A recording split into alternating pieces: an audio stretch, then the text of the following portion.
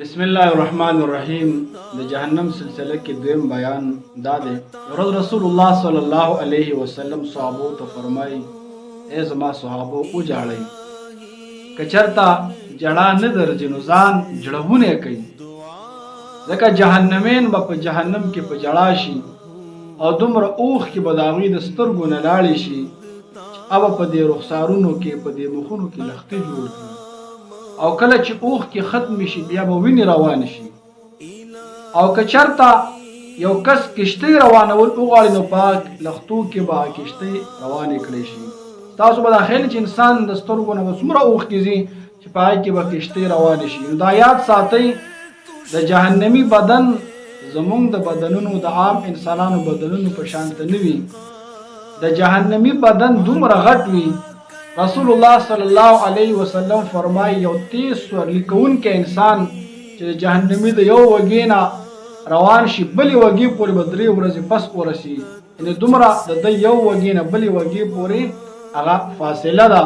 د ده یو غاښ د جهنمي دا د احد د غر عمره دی، او احد غر دا تقریبا 12 کیلومتره اوږد غر دی، نو یو غاښ یې دومره غټ وي. او کم ځای کې چې دا جهنمي ناست وي د ده د ناستې ځای حدیث شریف کې راځي دا دومره ځای نیسي جهنمي لکه مکې مکرمې نه چې مدینې منورې پورې ځي، نو دومره د هغه غټ جسم وي. دا خو لویه دنیا ده، دومره غټ جسم د دې لپاره الله دله ورکړي چې دله عذاب ډېر میلاو شي، دته تکلیف ډېر میلاو شي. ولهذا دغې جسم نه چې اوښ کې ځي نو هغه واقعي چې کوم د هغه لختې جوړوي او دوی له ورکوي الله زقوم د دوی خوراک دی. او حدیث شریف کې زقوم یوه قطره که چېرته دنیا باندې راتوی کړی شي نو دنیا دا ټول معیشت به تباه او برباد شي. نو د هغې کس حالت به څه وي؟ حدیث شریف کې رسول الله صلی الله علیه وسلم فرمایي چې د چا دا خوراک وي نو هغه به څه حالت وي. رب کریم دې موږ دغسې خوراک نه او دغې مقام نه وساتي. د جهنم ماران چې کوم دي په شان د اوښانو دي، او لړمانان یې په شان د کچرو دي. او کله چې د جهنم مار انسان اوچیچي نو د هغې د زهر اثر چې کوم دی دا 40 کاله پورې وي. 40 کاله پورې دغه د جهنمي مار د زهر اثر وي بدن کې.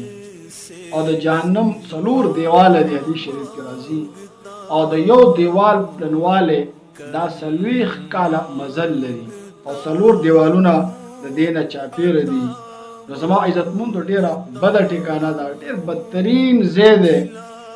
او رب کریم دا زمونږ دپاره نه دی جوړ کړی، دا اعدت للکافرین دی، د کافرانو دپاره جوړ کړی شوی دی.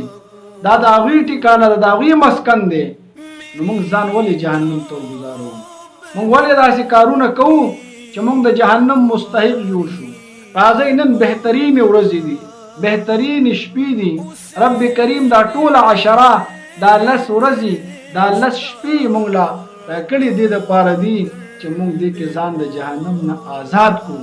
یو چانس دی موږ ته، یو موقع ده موږ ته چې دا 10 ورځې شپې موږ الله ته وجاړو چې بیا جهنم کې انسان جاړي او د هغه دومره جړه وشي چې کشتۍ روانېدلی شي.